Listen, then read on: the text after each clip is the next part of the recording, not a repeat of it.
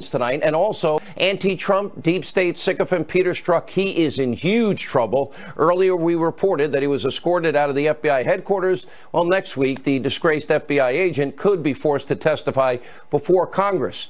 Bad news for Andrew McCabe, James Comey, and even Robert Mueller and his witch hunters themselves. After all, Strzok is at the very center of what is a tangled web of nothing but corruption and extreme bias, to influence a presidential election.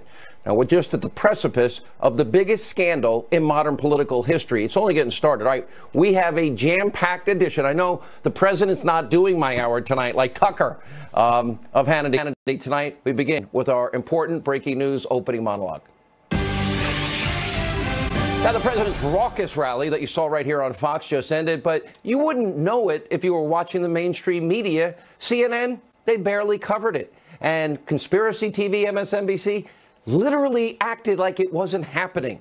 Now, by the way, of course, we brought you the rally, including when the president took Democrats, the mainstream media, to task for their blatant hypocrisy over the topic of immigration. And one of the reasons the media didn't cover it, they would have been called out for all of their lies and the fact that they're missing the biggest story in American history. Take a look. Democrats don't care about the impact of uncontrolled migration on your communities, your schools, your hospitals, your jobs, or your safety. Democrats put illegal immigrants before they put American citizens. We've already started the wall. We got $1.6 billion. The wall has been started. San Diego and lots of different places. And we go, but boy, it's tough. They want to do anything they can to obstruct and to make sure it doesn't happen, but it's happening.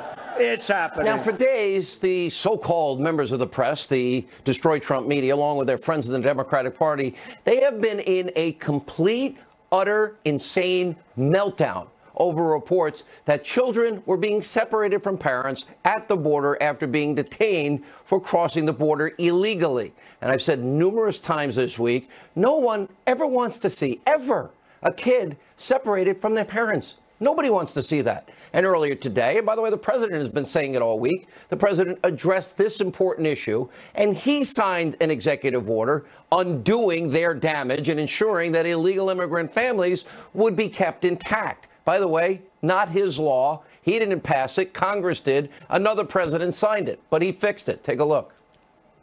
Border security will be equal, if not greater than previously. So we're going to have strong, very strong borders, but we're going to keep the families together. I didn't like the sight or the feeling of families being separated. There's a problem that's gone on for many years, as you know, through many administrations. And we're working very hard on immigration. It's been going on for 60 years. 60 years, nobody's taken care of it. Nobody's had the political courage to take care of it, but we're going to take care of it. So today, the president undid the damage Congress mandated and a previous president signed.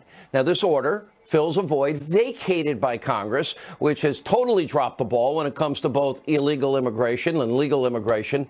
Now it's time for these lazy, obstructionist members of Congress to step up and do their job. And that's a permanent solution. Fix our broken immigration system.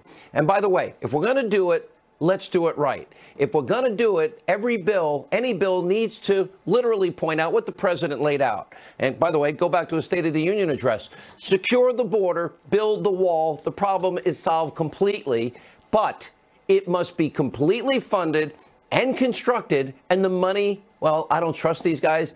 Get it up front or no deal. And by the way, all the loopholes have got to be closed that are used by criminals and terrorists and enemies of this country to ever enter the country. And that includes ending the visa lottery system. That includes ending catch and release of illegal immigrants. They'll never show up to court. Eliminating chain migration. And then, and only then, okay, the Democrats will win something too. They'll get their concessions on DACA. And by the way, the issue of child-parent separation will end forever. Something we all say we want. Now, the wall, the lotto system, the visa lottery, the end of catch and release, they can't be talking points. Congress, we're on to you. We're watching you. We know you often lie in your talking points and say one thing, and it never matches the fine print of the bill. So don't play these swamp games. The American people are now hip to your little lies. Everything that we're talking about needs to be straightforward, fully legislated, and enacted before any so-called DACA compromise. And now, without a wall, without border enforcement, well, the problems at the wall will never go away, ever. And sadly, that we have to see all of this through the prism of the midterm elections. Everything you're seeing and hearing from politicians and on these fake news networks is about 2018. And instead of passing legislation and permanently fixing a big problem for the country, immigration, well, you've got many Democrats. They'd rather use this issue to malign their political opponents and never solve the problem, which fits perfectly into their brand of identity politics. They want the American people to believe, as they do every 2 to 4 years, Republicans are racist, they are sexist, they're misogynist, xenophobic, Islamophobic, and they want dirty air and water, and they want to kill your children and push your grandmother over a cliff. You hear those lies every 2 and 4 years. I've played the history of this so many times on this show. Let me tell you the 4 things that will happen, by the way. You let Democrats win this election, this midterm, and guess what's going to happen? This is their agenda. Number 1, they want to impeach the president, but they're not going to tell you that. They've told every Democrat, stop Maxine Waters from saying impeach 45. They want to do it, but they won't tell you. The rest of their agenda, they want open borders. They want to keep Obamacare. And just like Nancy Pelosi said, they want to roll back the tax cuts and steal those crumbs back, as she called them, that the president gave you in the tax cut bill. Now, earlier today, the president exposed what is the Democrats and the media's blatant hypocrisy. Look at the video that the president tweeted. This is kind of priceless. Take a look. Our immigration system is broken. Illegal immigration is wrong, plain and simple. All Americans, not only in the states most heavily affected, but in every place in this country, are rightly disturbed by the large numbers of illegal aliens entering our country. The people who should be here are those who come legally. We have to send a clear message. Just because your child gets across the border, that doesn't mean the child gets to stay. Oh, so the president's and the Democrat politics. Now, this president has vowed to fix the immigration crisis in this country. But that didn't stop your media from going completely off the rails insane. Listen to a clip. NBC News reporter Lester Holt interviewing a Border Patrol chief. This is outrageous. Watch this. You feel like the bad guy in this to some extent? I mean, you are the instrument of a policy that is obviously very controversial right now. A bad guy? Okay, Lester, maybe you ought to get out of that studio once in a while. I've been to the border 12 times, all across, Rio Grande to San Diego. I've been in the drug warehouses. I've been out when they have arrested gang members, and I've been out in the drug warehouses, floor to ceiling, all laid at the altar of going to our kids. Lester, no wonder why you're not #1 in news anymore. You know what? Risking his life? Yeah, he's saving our kids from drugs and those people that have bad intentions that cross our open border. And it gets so much worse. We are talking about a full-on psychotic meltdown, Holocaust comparisons, some 22 of them, slavery comparisons. Well, you have to see it to believe it. Check out this insanity. Donald Trump, without a doubt, is pure evil. When you played the tapes of what was heard a couple of days ago in the centers, it's horrific. How can people do that? That hasn't happened in this country since the time of slavery. It hasn't happened in the world since the time of the Nazis. And Donald Trump is right there with them. This is as if George Wallace had won in 1968. The one through line here from Charlottesville to this issue is, to use your phrase, a return to the most disturbing elements of white supremacy, white male supremacy to be precise, in the national character. Overnight, they've now created criminals. So people are trying to understand what's happening here. That's what happened. And you know what? Elie Wiesel, may he rest in peace, what he said to me was, he said, you know, the Nazis had it perfectly correct. They declared us an illegal people. That's how it began.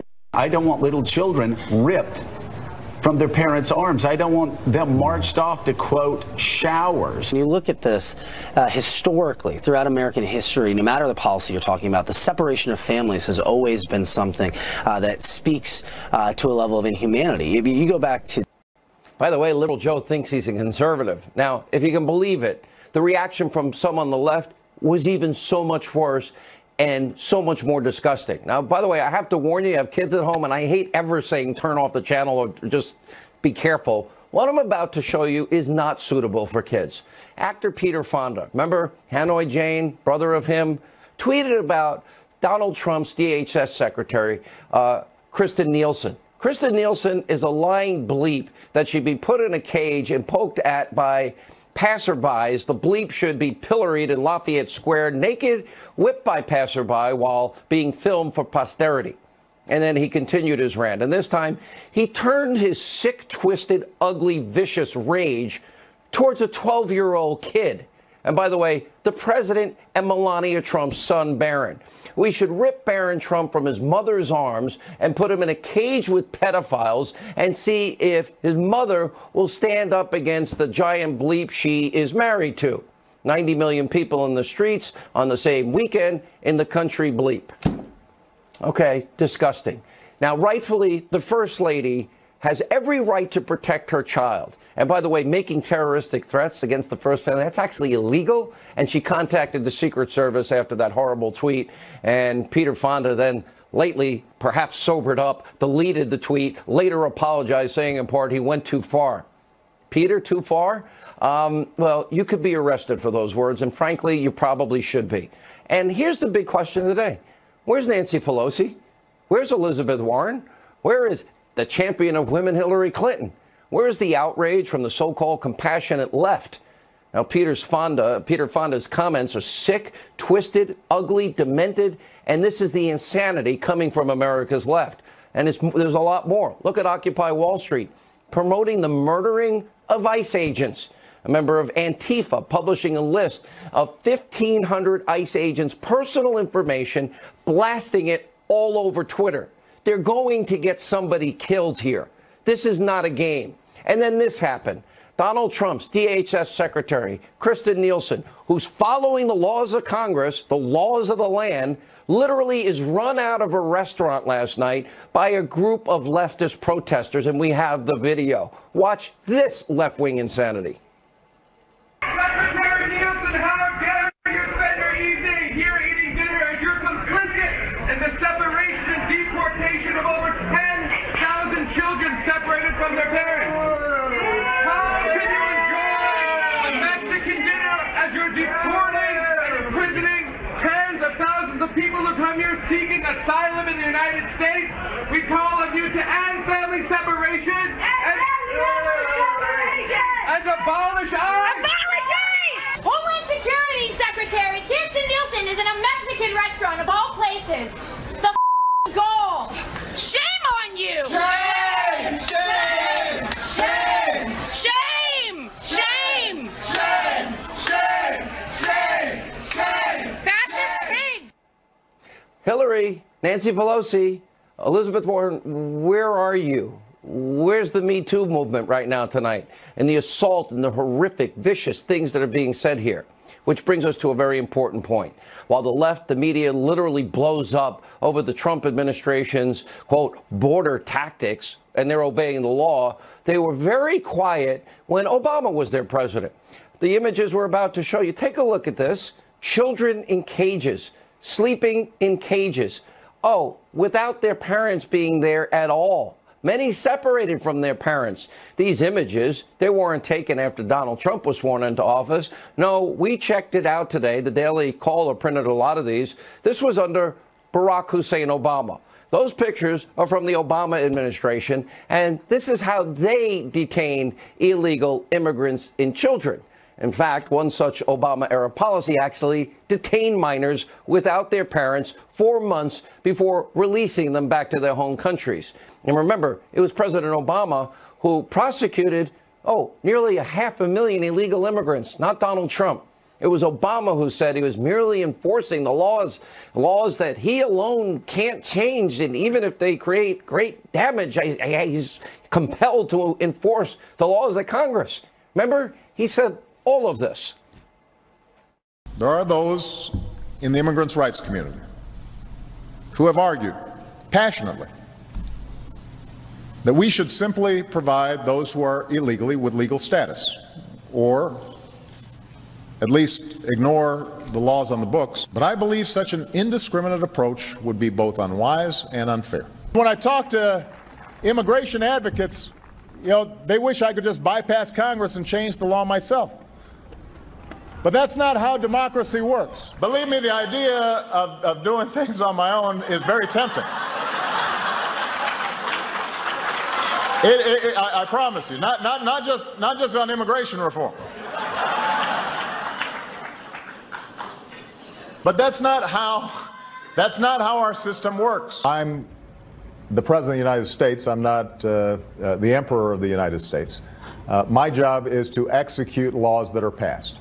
My job to execute laws that are passed. I'm not the emperor. That's exactly, by the way, what Donald Trump signed today, let me be blunt.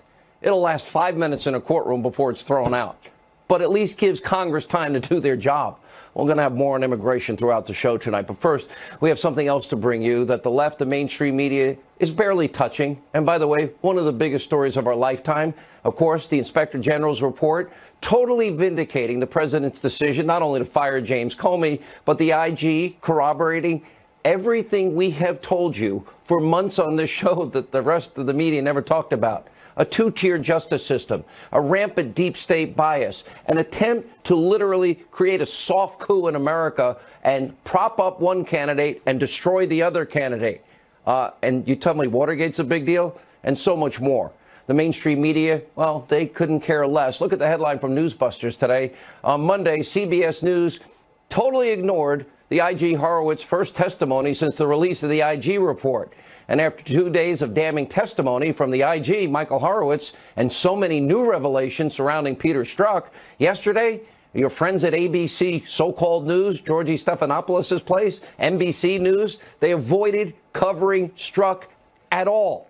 The guy at the center of the biggest corruption scandal in American history.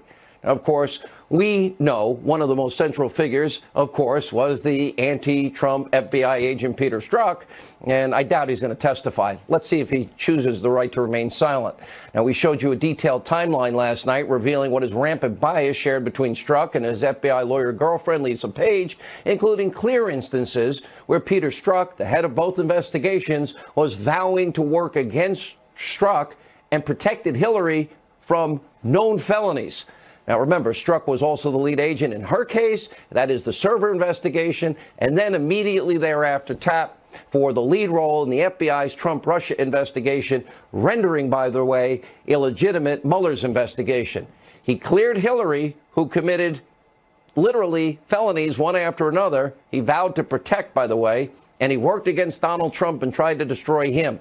And that was all in the context of a presidential election. That sounds like a big deal to me in a lot of different ways. Oh, and by the way, as he's trying to protect Hillary Clinton, isn't it interesting that it didn't work out? Anyway, as we scroll forward, remember, Strzok was the lead agent in Hillary's server investigation, then tapped for the lead here. Okay, nobody in the media is telling you any of this. He clears one person. Think about this. In the context of a presidential election, targeting Donald Trump, who eventually becomes president. All right. Now, as we move on, he will be called to testify before Congress. And by the way, the House Judiciary Committee Chairman Bob Goodlatte is reportedly ready to issue a subpoena. My prediction, he ain't going to talk. Just a guess. He will join us in a few minutes of the upcoming showdown.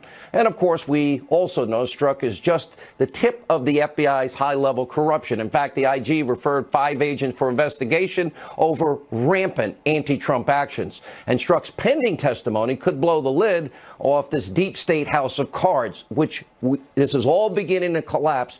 People are going to go to jail over this. In other words, we're now created a deep state firing squad. And we're learning another wrinkle in the deep state scandal. It surrounds Christopher Steele. Guess what? Christopher Steele, the foreign spy who the Clinton campaign paid for to produce phony Russian lies against Trump. Well, that guy, infamously known as the dossier creator, filled with those Russian lies. Well, Steele, by the way, he was welcomed at Obama's State Department just days before the 2016 election, where he allegedly briefed officials. So what did John Kerry know? What did Obama know? When did they know it? Because you know what? What did they do with this phony information? And by the way, when is the media going to start talking about all of this? And more importantly, what is the next shoe to drop in all of this? We have so much more to come in what is the biggest political scandal in your lifetime, and you at the forefront of seeing it. All right, former White House Press Secretary Sean Spicer joins us, the author of Why We Fight, Recovering America's Will to Win, Sebastian Gorka, and senior fellow with the London Center for Policy Research, Monica Crowley. Sean Spicer, let's first go to the absolute venom of people on the left and the lack of coverage of the biggest story in their lifetime and the lack of telling the American people the truth about Obama's separation policies. Well, I thought your monologue was spot on. I mean, it's unbelievable what the left says and does and gets zero outrage and zero coverage. And I think most of it is because, as you kind of pointed out in the monologue, the media agrees with it. And when they agree with it, they ignore it. And they almost, you know, in some cases, I think they mistakenly retweet it or like it because they forget that people actually can see some of those tweets. But it's amazing to me the lack of outrage. I mean, these people, you pointed out the Peter Fonda tweet. There's so many more where they use disparaging language, make threats, and yet there's zero coverage. Yet anything that's done on the right by the president or any of his supporters is called out and asked for an immediate apology and has to be denounced. The way in which they view the same kind of outrage is unbelievable. There's zero when it comes to people on the left. And it's, you know, everyone needs to be denounced, and we have to have boycotts and censor the people on the right whenever they do anything. And I'm not excusing any of the behavior on the right. Don't get me wrong. I think when people do something wrong, I'm sorry, they step over the line, they should be called out. But it is unbelievable what happens on the left, the way they get away with it. You think about this, Monica. Okay, talking about raping a woman, talking about kidnapping the first son, 12 years old, and putting him in a cage with pedophiles. And then there was even an assassination, CBS reported, a real threat against the president today. Is the rhetoric connected to it by these people on the left? We are so far beyond normal politics, Sean, and the reason is because Donald Trump, from the moment he came down that escalator in June 2015, represented a serious existential threat to the ruling class on all sides, and that includes the mainstream media. And from that moment on to this very day, their mission has been to destroy him, everybody around him, discredit his presidency, destroy his voters, smear them as well, because he must not be allowed to succeed. And that's why you see this kind of over-the-top extreme reaction. Their first response to anything this president says or does is always to reach for the most extreme rhetoric and actions, right there, and Monica. that's not going to end anytime soon. Monica stays with us. Sean Spicer stays with us. Dr. Gorka, I promise you're up first when we get back. Also an exclusive interview with Bob Goodlatte. What is he going to do with Peter Strzok and Jim Jordan? Stay with us. Busy news night. Spicer, Dr. Sebastian Gorka, Monica Crowley. Dr. Gorka, I did not mean to talk so long in my opening monologue, although I kind of really did. Is this what you do to the Singapore crew, Sean, really? I know you traveled 24 hours in the air both ways for our audience. I love you. Don't worry. The hypocrisy. Can we have some honesty about this immigration issue? So suddenly, the left, Peter Fonda included, care about minorities and care about children? What about the 60 million children that have died in the womb since Roe v. Wade? What about the money they spend on Planned Parenthood? 19 million African Americans killed in the womb. That's how they care about minorities. But let's forget about pregnant women and embryos, if they want to call them embryos. When did we hear the left talk about Nisa or Kyla, the 15-year-old beautiful girls that were murdered in Long Island by gang members born abroad? I didn't hear them protest about needing to protect American children from gang members. The hypocrisy, the rank hypocrisy tells you one thing, Sean. They are desperate. They have no message for November. The economy, the rally was incredible. The things that the president rallied off about the economy, North Korea, raising the pay of our military, they are desperate. And this is a very good sign of how desperate they are. I don't have a lot of time tonight because we did go long in the opening segment. But, Sean, you know this media. You know why fake news CNN didn't want to cover this? And they only dipped in occasionally, and why MSNBC, same thing? I'll tell you why. Because they would be exposed in the president's speech and rally for being the liars that they are. Well, look, I think you pointed out in the monologue. The bottom line is I think the president's getting results, whether it's the economy or in foreign policy, and I think the media has made it very personal. They don't like him. They never like conservatives. We knew that, but this is very personal to them. They don't like him, and they're not going to do anything they can to talk about the results that he's getting for the American people. I'm glad he took the action today. The images of watching children was horrible, and it was heart-wrenching. I'm glad he took that action today to make it happen. I hope Congress follows up on the president's actions. But it's what the media is doing and what the left is getting away with is something that's just something I'm speechless at it. All right, we're going to leave it there. By the way, Monica, somebody said the nicest thing about you today. I'll tell you about it later. Thank you for being with us, all of you. Dr. Gorka, our Singapore friend. All right, as we mentioned in our opening monologue, the chairman of the House Judiciary Committee, Bob Goodlatte, says a subpoena could soon be issued for the Trump-hating FBI agent Peter Strzok. Chairman Goodlatte joins us right now to explain. Mr. Chairman, to me, there are more questions than there are answers, number one. And number two, in spite of Strzok's lawyer saying, oh, yeah, we're going to willingly come before the committee, I don't believe that for 10 seconds. Let's see it before I'll believe it. Are you asking me that? Yes, sir. Well, because absolutely he's got to appear before the committee. We believe we have an agreement for him to appear next week. It's important that he appear for an interview, and then we'll have a public hearing after that.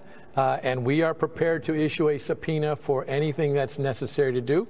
But if he appears voluntarily, we're good. But if he reneges, he'll see a subpoena immediately. Sir, let me ask you, because there was a meeting last Friday. I understand you were in that meeting, along with Devin Nunes and Trey Gowdy and Speaker Ryan and Rod Rosenstein, and you were promised documents, according to published reports, sir, and those documents that you have been subpoenaing and requesting, and Trey Gowdy has been, and Devin Nunes has, they promised them this week, or you guys promised that you will, in fact, hold them in contempt and perhaps issue articles of impeachment as it relates to Rod Rosenstein for their obstruction and unwillingness to abide by congressional subpoenas. And why do I think if I did it, I don't think I'd get away with it? I don't think anybody should get away with it.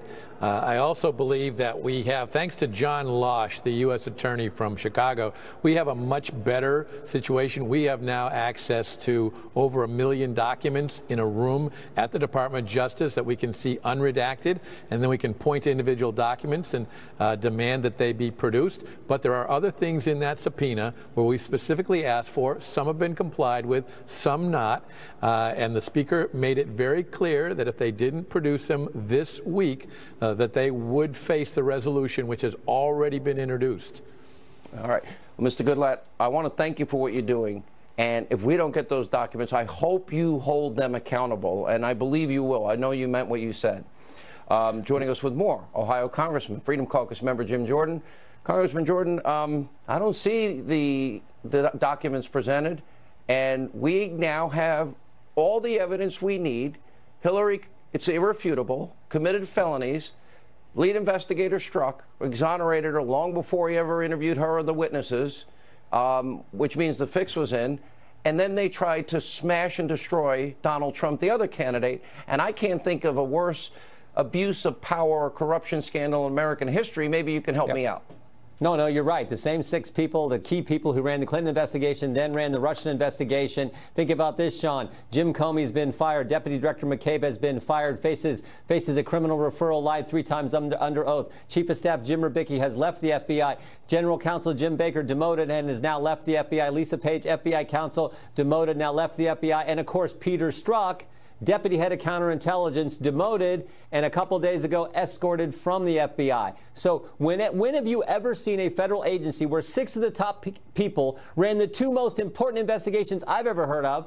When have you ever seen that happen? So, yes, Mr. Goodlatte's exactly right. If they don't give us the documents, we are going to pass a resolution on the House floor. The Speaker's been clear about this. How soon?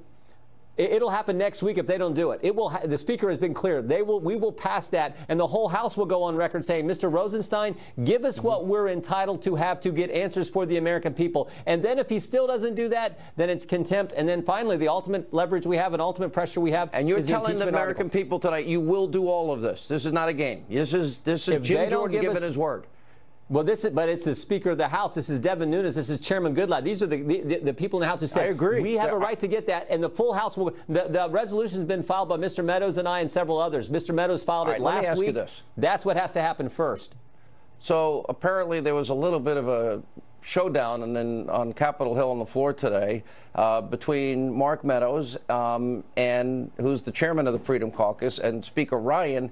And apparently it was about the talking points that are being fed to the president and the American people about immigration don't match up with the bill. Are we being lied to and misled again by Republicans? Sean, I wasn't a part of it. Normally, I would be a part of that conversation with Mark. I wasn't on the floor this time. Mark and the Speaker had a conversation. Have you seen the bill? Do they match the talking points, which is what this is about? I haven't had a chance to fully review the bill yet. That's both bills that are going to be on the floor tomorrow. But what I do know is Chairman Goodlatte's first piece of legislation is the one that is consistent with the mandate of the 2016 election, more importantly, consistent with what we told the American people we were going to do, because it does all the good borders, builds the wall, stops the chain migration, stops the beast law, all those good things. Okay, the most important thing is the money for the wall up front, all of it. It has to be. It has to be in both bills, but the first bill is the one I think is the best bill. That's one I'm supporting. All right. By the way, I know you were a wrestler, in college? You only lost one match all your life? I lost more than that in college. I lost more than that in college. High school. But that was a long time ago, Sean. And listen, I've got my second-degree brown belt, mixed martial arts. I don't think I'm messing with you. Wrestlers are tough. I wouldn't mess with you. Thanks, Sean. All right. Thank you, Congressman. When we come back, more highlights of the president. This is only just begun, actually. Straight ahead.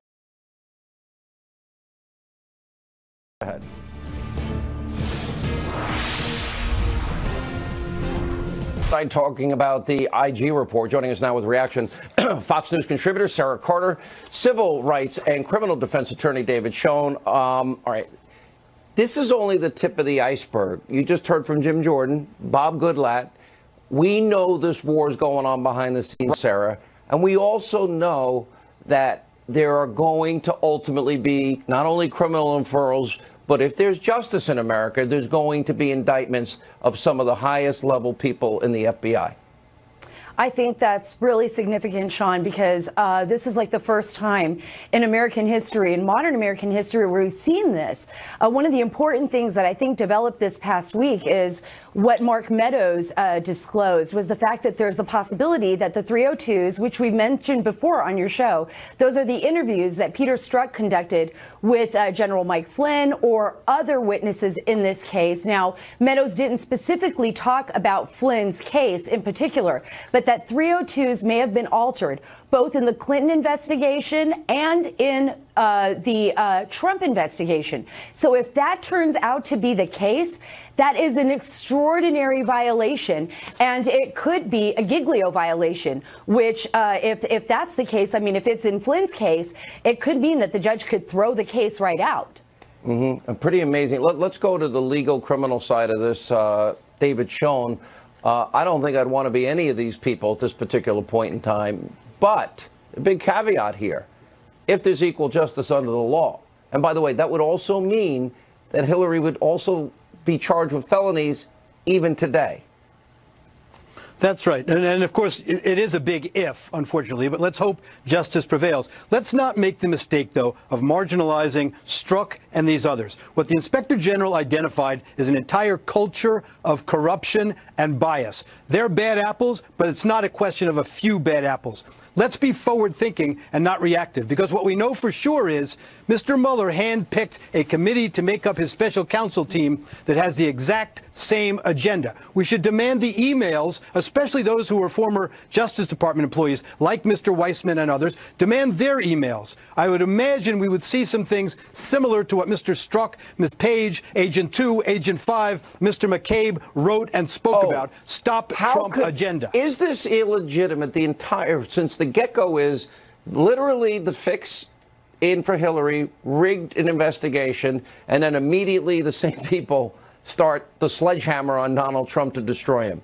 Does that render everything Mueller's doing illegitimate or question the legitimacy of it? And if you're an attorney for any of these guys, do you not go to a judge and say, Judge, this is predicated on a prejudice that existed from the get-go. Therefore, none of this should be admissible. Absolutely. The United States Supreme Court in Kyles versus Whitley said the integrity of the investigation is always at issue and must always be at issue in a case. The investigation is what informs a prosecutor's decision and ultimately the discretion. But again, we know that these same people have that same agenda. There's just no question about it. Yeah. Let me go to Sarah. Sarah, you have some breaking news as it relates to General Flynn and his story.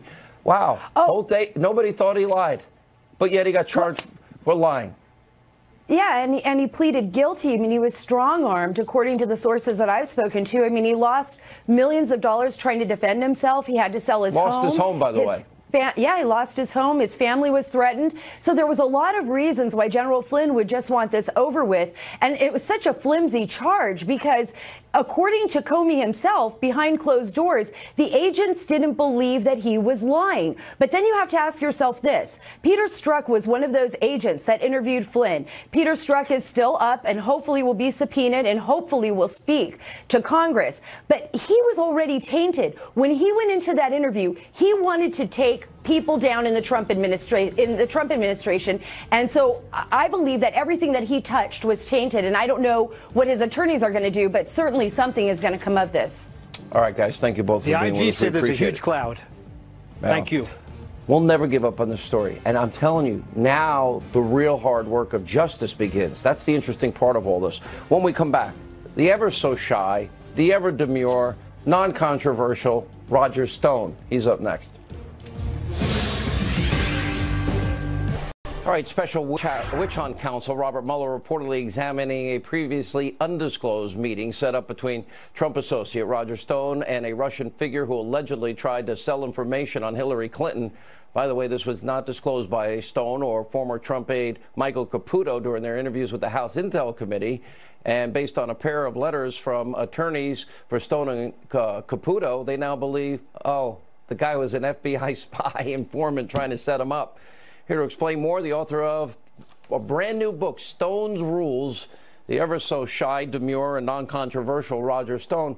All right, so you're kind enough to send me your book. Every chapter is about how you dress.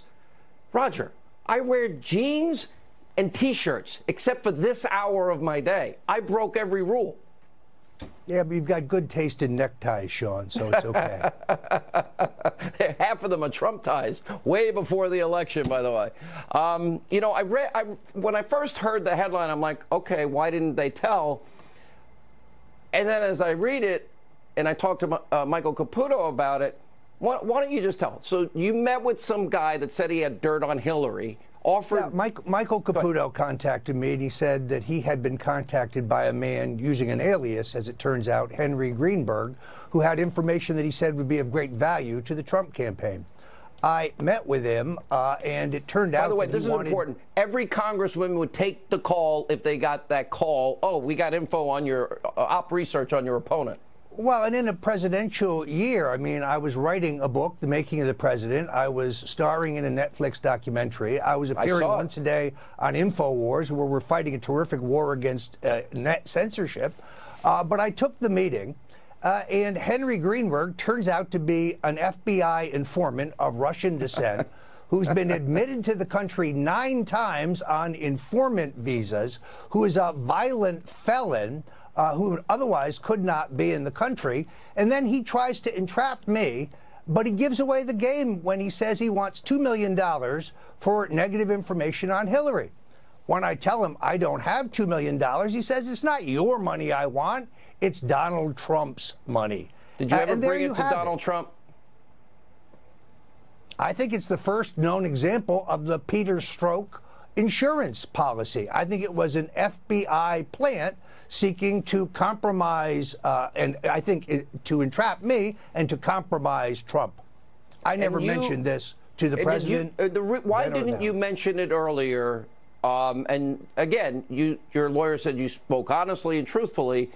It never came up in the hearing. Why didn't you bring it up? Well, in all honesty, remember, this is in May of 2016, which is prior to Hillary raising Russophobia.